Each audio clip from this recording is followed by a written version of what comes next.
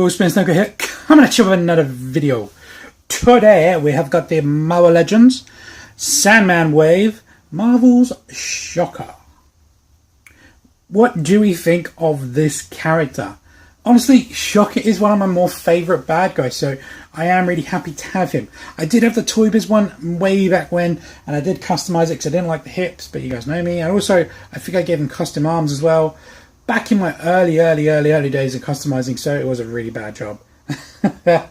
So I am very happy to have a figure of him. I don't know how I feel about this as a representation. I think they could have done a bit more with him, but we shall see when we get him out of the packaging. Speaking of which, let's have a quick look at the packaging. So as you can see on the top of the box, we do have the Marvel Legends logo up there. The very top of the box, we have the Build a Figure Marvel's Sandman.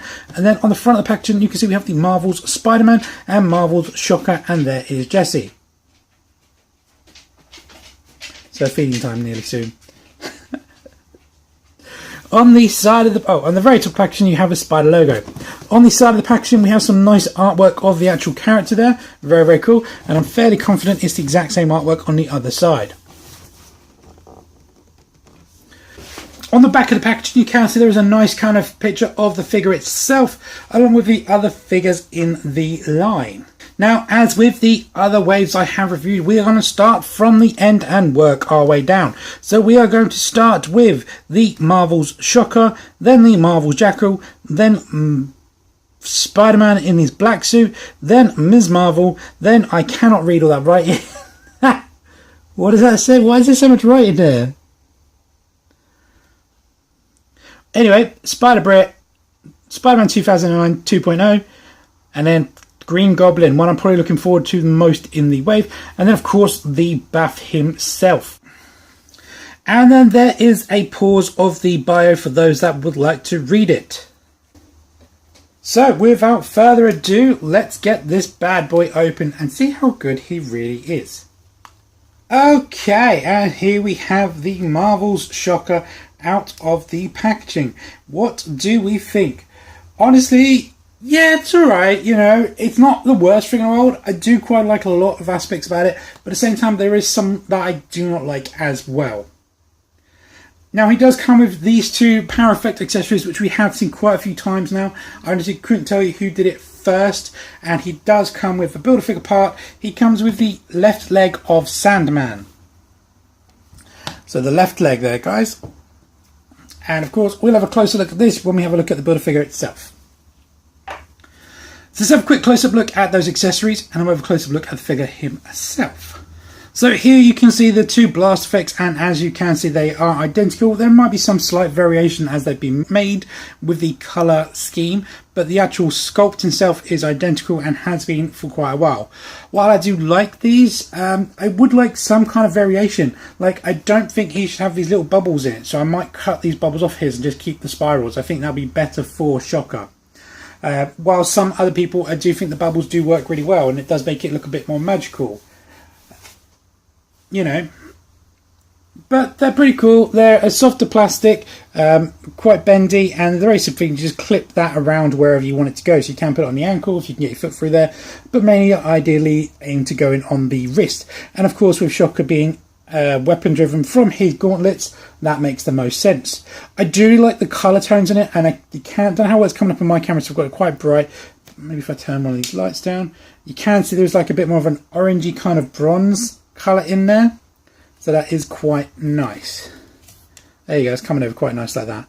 So I do really quite like that.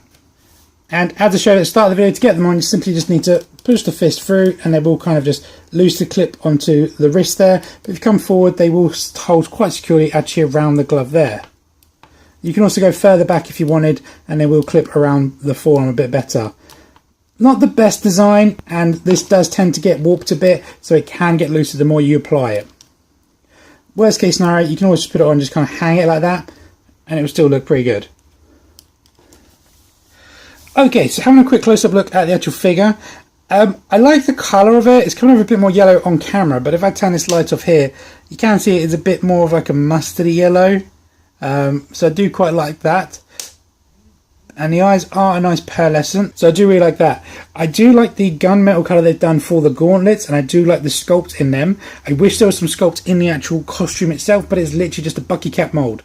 We do get a new head because there's some sculpt around this little kind of shape here. These are new pieces, and the kneecaps are sculpted as well. What bugs me is that these are a flat grey plastic. These are a nice shiny gunmetal. They should match in my opinion. It seems a bit weird, he's got knee pads here, but then nothing else. I think they should have done knee pads and elbow pads, maybe a belt. I think they could have just done more with this. I think it's very simplistic and very cheap, but you know, that is Hasbro. The paint line is generally okay. There's a few blemishes, like just there. I saw another one. Where did I see the other one? I think that was the main one there. And you can see from the shoulder, there's some yellow poking through there. A bit unfortunate. But overall, I'm quite happy with the paint apps. I've got a little bit of excess plastic on the back of the heels on both of them. It's a little bit irritating, but again, not in the world, easily fixed with a little bit of a trim. So all in all, the details are quite nice, and it does look pretty good. I definitely think his eyes are a bit skewiff. This one seems to be squinting, and this one seems to be quite widely open, so I don't know if that's intentional or not. And I know some versions of the figure also have the Thunderbolt logo just here.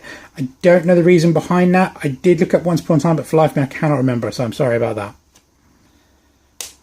But yes, you are fundamentally just getting a bucky cap mould with some new forearms and knee pads. Okay, articulation. So if you've got a bucky cap, you know exactly what to get. The head is on a ball disc, so it can go back that much. Forward that much, quite nice, and you do get a little bit of pivot left and right there, and of course you can go around 360 degrees. Shoulders on ball discs, they can go up that far and around 360 degrees, quite ratchety. We have a bicep rotation there, double bend in the elbow, slightly hindered by the sculpt of that, but it's really nothing worth talking about. Wrists are on pegs and go around 360 degrees and hinge down from there and up to there. Have an ab crunch, can go down that far and back virtually not at all, which is a bit surprising because some buckies can go back really far. We have a nice waist rotation 360 degrees, and it wants to ratchet to the front and to the back. T-cut hips, so he can do a Spartan with this leg all the way forward, this leg all the way back of that, which is very nice, and then a split kick of that. Upper thigh rotation 360 degrees, double bend in the knee, and something I forgot to mention is this is a brand new knee sculpt, so this knee pad is not just like glued on, it's the full sculpt of the knee joint, which is very nice.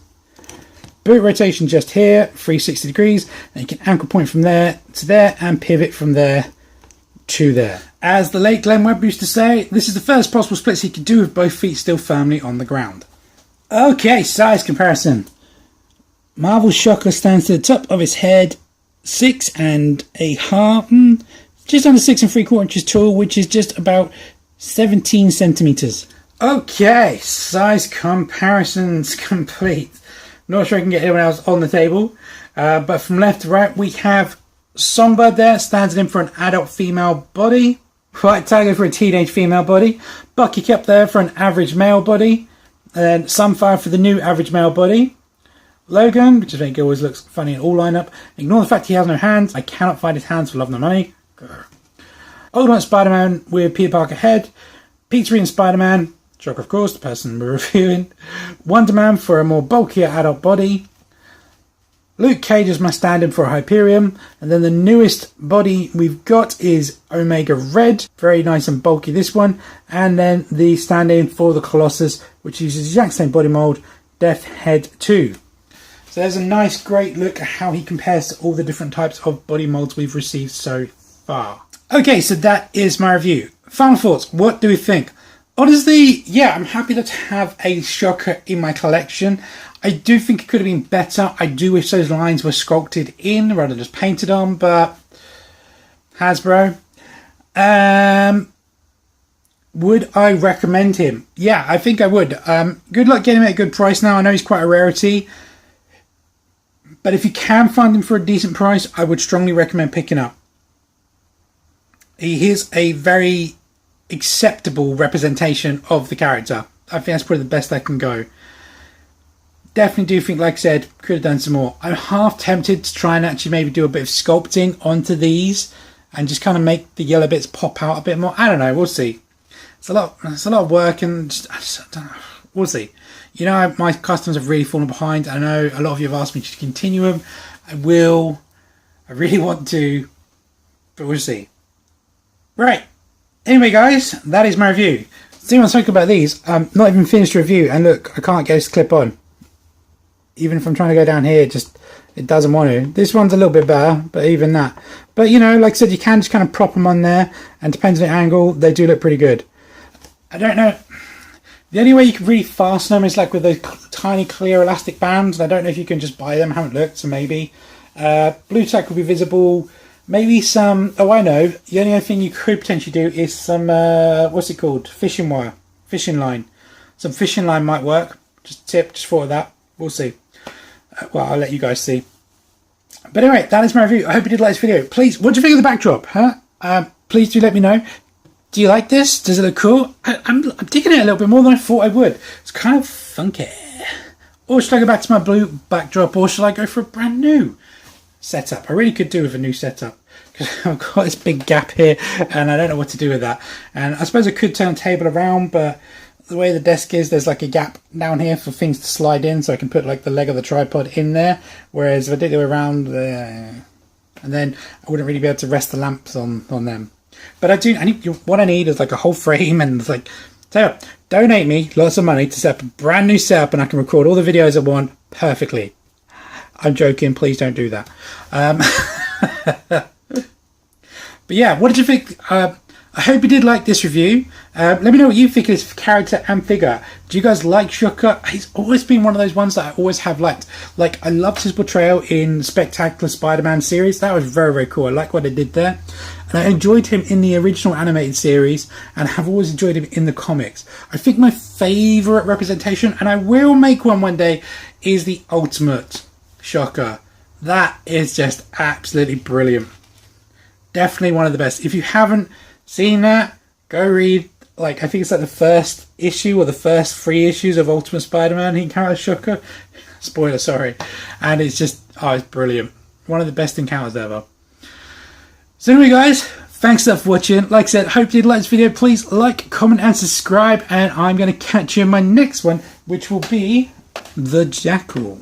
So stay tuned for that. See ya.